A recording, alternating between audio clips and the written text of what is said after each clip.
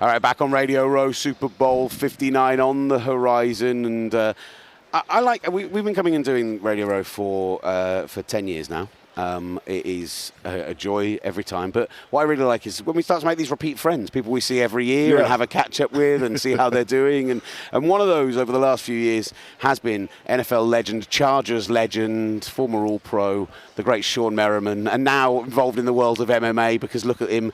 He looks like he could take literally anyone down. If I didn't know you were such a lovely man, Shawne, I'd be terrified of you. I'm not going to lie. Yeah, how are you doing, brother? I'm doing well, man. How about yourself? Yeah, good. Very good. How are you enjoying Super Bowl, New Orleans, everything so far? It's good, man. I think, this is the second time here in New Orleans, right, in the last 10 years or so. And it's good to get out here because, as you just said, you don't get a chance to see everybody all year round. You might jump on the show, you might hear their voice, but actually get that face-to-face interaction. And it's probably one of the only events a year where you get this many people from this many sectors coming in one place. Like, you don't have that a lot. And I just think New Orleans is a great place to have it at. Any old teammates you specifically look up, make sure they're in town, try and hook up with when you're about these things? Well, I see a lot. We're on group chats, all of us. Love that. We got like 30 guys on a group chat, so it's a bunch of big kids on there still. We still talk as we're 21, 22 years old on there. So, but it's good because, I got one of my former teammates probably about to get in the Hall of Fame, Antonio Gates, and, last year he didn't, which was a big deal. And it was hard for me to talk about it, when he didn't make it. And so to see him right when the news came out, it was like, oh my God, I can't believe he didn't make it, but he should get in this year. Well, fingers firmly crossed that he is announced when it comes tomorrow night. One of the greatest to ever do it at his position. He's undoubtedly a Hall of Famer. It's just that thing of, only 5 guys can get in every year, right? But I think when I think about that team and I think about yourself and I think about Antonio Gates, you look back on it and you look back on his career and you look at what guys are doing nowadays. Travis Kelce in this game this weekend. Obviously, we just had the career of Rob Gronkowski. Well, George Kittle in the league. Brock Bowers coming in now. How much do you think he was a set out for those positions, for a pass-catching tight end to really change the game? It's funny, during Travis Kelce's, one of his interviews that he had the other day, they asked him, which tight ends did you really emulate in this game? And Antonio Gates was one that he watched. Obviously he said he's still trailing in the foot steps of Tony Gonzalez, and Tony was great. I played against Tony. He was a great, I played against Gronkowski. He was great. But to me, and I maybe be a little biased because he's my teammate, man, but Antonio Gates was like that guy who just stuck out, right? And maybe Travis Kelce, maybe when he's done, is up there, so he can go in that 1, 2, 3. But when you talk about the best tight end of all time, it's so hard for me to go against Antonio Gates. When it comes to the position itself, obviously Antonio Gates is known as this great pass catcher, all these amazing stats, greatest of all time in so many areas. But was he a great blocker? Was he a guy that could stop you on the end of the line? Most importantly, who, Gronk? No, I want to know if Antonio Gates was stopping you in practice. No, man. I love him. He ain't blocking me. And he was a pass catching. Yes, tight that's end. why I was asking, because we never saw it. So I just wanted to know if he ever had any reps against you and ever impressed you. No, but that was a give and take, right? Because I couldn't run with him either. That was what we called the brother-in-law. I can't run with you. You can't block me. But it was to see. I saw him every day in practice, so it's so hard for me to say he's not the best.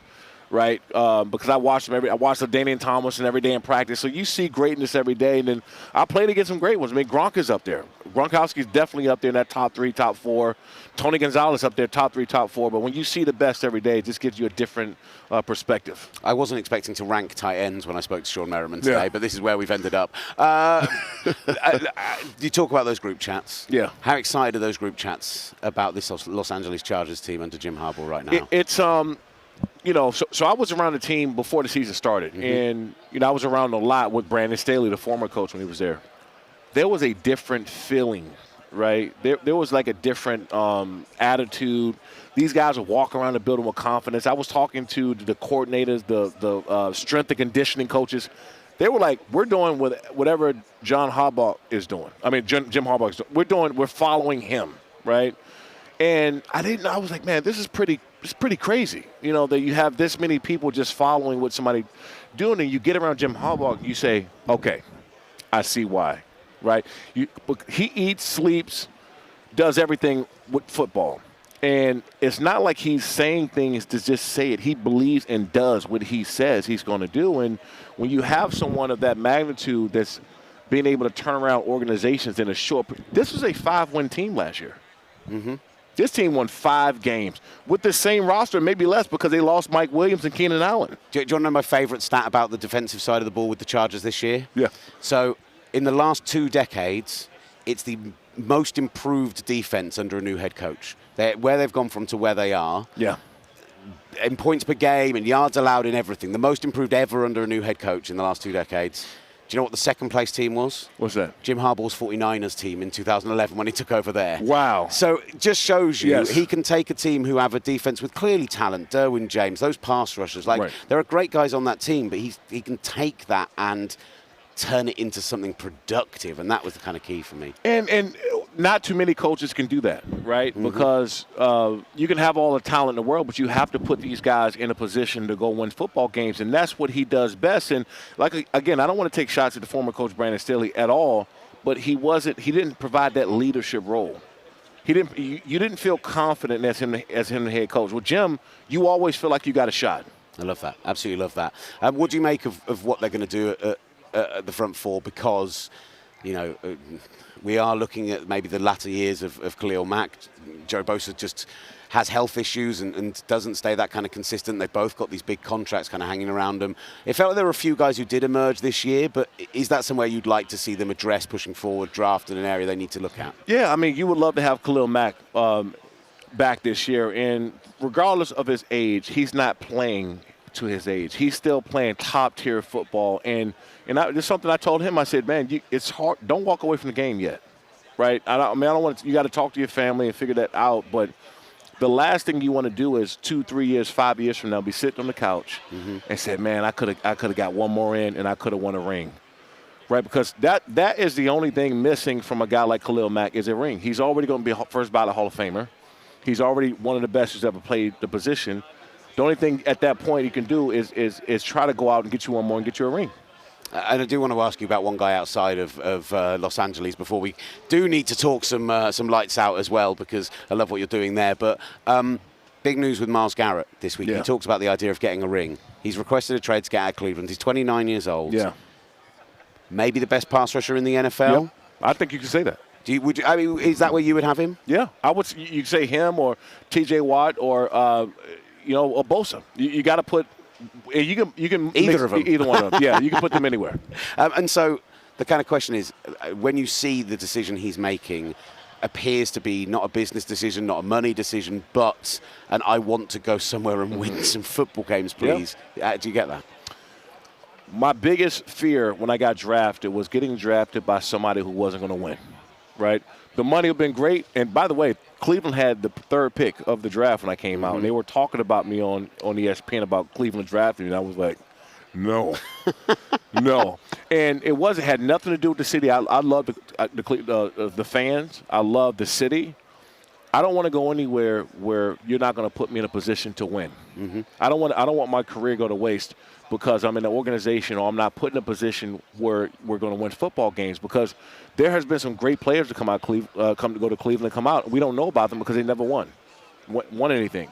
And so I have no doubt that the reason why he wants to leave there because he wants to go somewhere and get a ring. He's already made the money.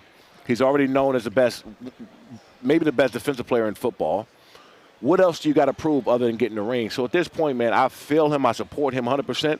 And if he decides to come on out there to the Chargers, it is a team that's been bandied about. It is. I'm sure they wouldn't want to trade him in conference and everything else. But right now, I think if you're the Browns, you have to accept where you are as an organization. Take the biggest bid, no matter where the location is. Right? He's given that franchise, that organization, everything he can possibly give him as a player.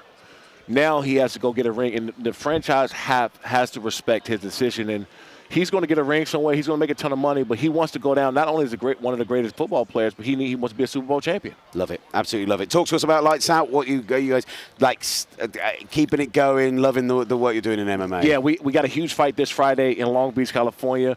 Lights Out Extreme Fighting 22, massive. We got 10 fights on the night. It's going to be about a 3.5-hour event. And you can download Lights Out Sports TV everywhere, on every major smart TV, iOS and Android. We got a ton of free live sports there. And I keep reiterating free, right? Because I don't want to be another subscription service. So make sure you download us, Lights Out Sports TV. We're available on every major smart TV and tons of free live sports, 300 sports movies and documentaries.